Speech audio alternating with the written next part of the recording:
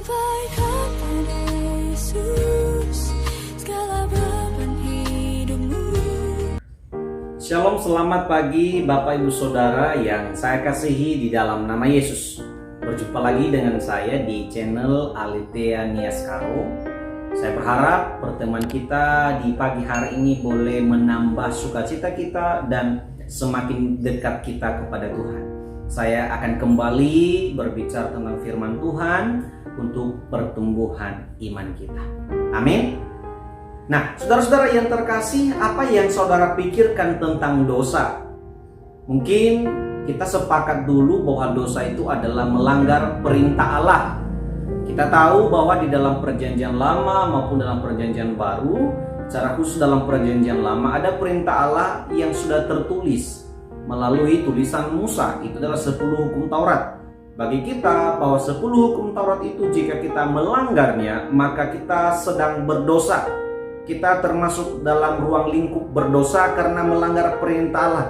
Ternyata tidak hanya 10 hukum Taurat itu yang dituliskan oleh Musa, ya itu adalah pesan Allah untuk dibacakan dan dilakukan kepada orang Israel. Demikian juga dalam perjanjian baru ada banyak firman Allah, ada banyak hukum yang Tuhan Yesus sampaikan kepada orang-orang Yahudi bahkan yang sudah tertera di dalam Alkitab kita sekarang. Kalau kita sudah melanggar, kita sudah keliru melakukannya, maka kita termasuk orang berdosa. Saudara-saudara, kita mungkin di pagi hari ini saya tidak berbicara tentang apa itu dosa lalu apa upahannya gitu. Saya berbicara hal yang lain. Saudara-saudara, ternyata ada hal yang lebih kompleks. Di dalam Injil ada ternyata dosa yang tidak bisa diampuni. Ada sesuatu yang harus kita pikirkan, saudara-saudara. Ternyata di dalam Injil ada 1 atau 2 ayat yang memberikan, yang mengutarakan kepada kita, dan itu diucapkan oleh Tuhan Yesus di dalam pelayanannya saat Ia mengajar, bahwa ternyata ada dosa yang tidak diampuni.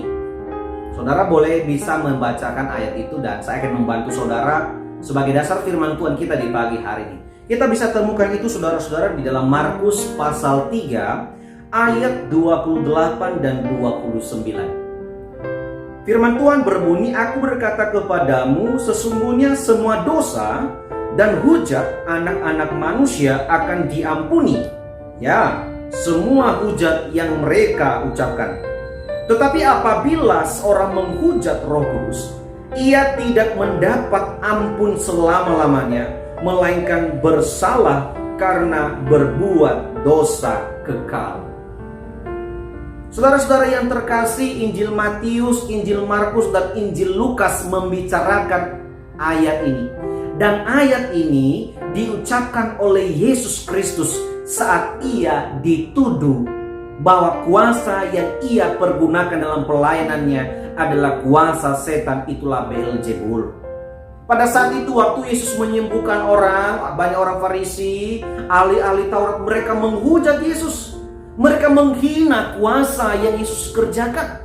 Mereka menghina pelayanan Yesus. Mereka menista pelayanan Yesus. Yesus berkata, semua hujatan kalian kepada anak manusia, kepada Yesus Kristus, kepada Mesias itu akan diampuni. Diampuni di dalam salib yang Yesus akan kerjakan di Golgota.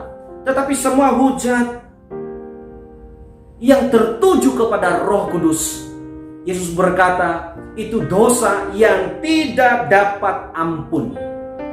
Wah, ini perkataan yang lebih ekstrim, saudara-saudara yang terkasih di pagi hari ini. Perkataan ini tertuju kepada mereka yang tidak percaya Yesus Kristus. Mereka yang tidak percaya kuasa Allah. Mereka yang tidak sebenarnya menerima Yesus sebagai juru selamat. Perkataan ini tertuju kepada mereka.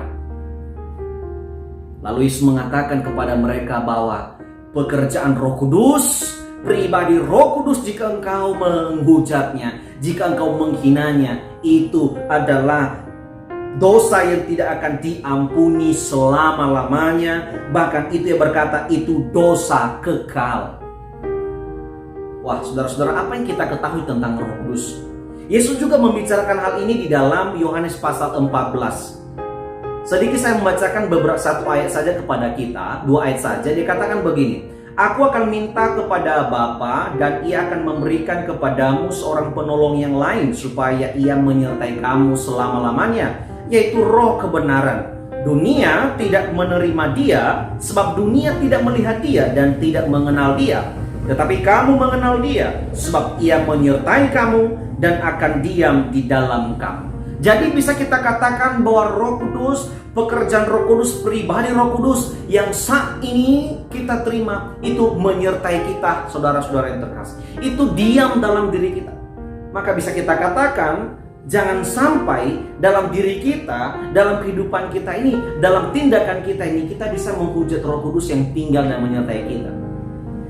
Kalau perkataan Yesus tadi di dalam Markus pasal 3, 28-29 itu tertuju kepada mereka yang tidak percaya Yesus Kristus, tidak menerima kuasa Yesus Kristus, tidak menghormati pekerjaan Allah.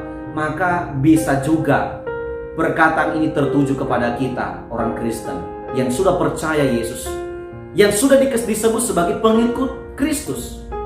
Bisa jadi perkataan ini tertuju kepada kita. Kapankah kita melakukan hal itu? Ketika kita tidak percaya akan firman Allah. Kita menantang firman Allah, Bapak Ibu Saudara. Kita menganggap bahwa khotbah yang disampaikan oleh hamba Tuhan ini tidak masuk akal. Dan semua yang terjadi dalam diri kita, kita tidak percaya, kita menghina Tuhan. Saudara-saudara, lihat bahwa Roh Kudus sudah turun dalam hidup kita, sudah menyertai kita hari ini. Dan itu sudah 2000 tahun yang lalu, dan sampai hari ini pekerjaan Roh Kudus, Allah Roh Kudus selalu menyertai kita. Maka jangan sampai dalam tindakan hidup kita ini, karena banyaknya masalah, karena kekhawatiran kita di dunia ini, karena kekecewaan kita kepada sesama kita, kita menista Tuhan, kita menista Allah dalam diri kita, kita menghujat, kita menghina, kita tidak percaya akan kuasa Tuhan. Saudara-saudara, mari jauhkan diri kita dari sikap yang menghujat nama Tuhan. Di pagi hari ini semua mengatakan kepada kita melalui firman Tuhan ini, barang siapa yang menghujat Allah, secara khususnya Roh Kudus, itu dia tidak akan diampuni. Maka kita berdoa kepada Tuhan, kiranya Tuhan menjauhkan diri kita, sikap kita, karakter kita dari karakter yang menghujat Roh Allah, yang menghujat Allah dalam diri kita. Stop, berhenti.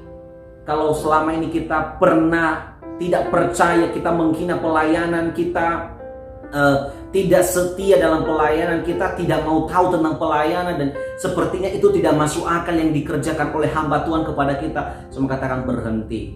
Yesus ingin menginginkan kita, Yesus hanya mau kita percaya saja. Percaya, terima pekerjaan Allah, terima kuasa Allah, terima hal-hal yang Anda terima, karena mau suka duka, mau susah senang, semua itu adalah Tuhan yang mengendalikan. Amin ya. Jika Tuhan yang mengendalikan, percayakan saja sama Tuhan. Tuhan akan menyelesaikannya pada waktunya. Amin, saudara-saudara yang terkasih. Terima kasih kebersamaan saudara di pagi hari ini, atas kesediaan saudara bersama dengan saya mendengarkan firman Tuhan. Dan kiranya firman Tuhan yang boleh diberitahukan kepada kita, mendorong iman kita untuk berhati-hati bertindak. Jangan sampai kita menghujat Roh Kudus dalam tindakan kita yang tidak benar. Dan akhirnya kita menjadi orang yang tidak diampuni selama-lamanya, bahkan kekekalan. Tuhan jauhkan diri kita dari hal seperti itu, dan Tuhan menolong kita, memberikan pertumbuhan kepada kita. Selamat pagi saudara-saudara, selamat beraktivitas, Tuhan memberkati. Shalom.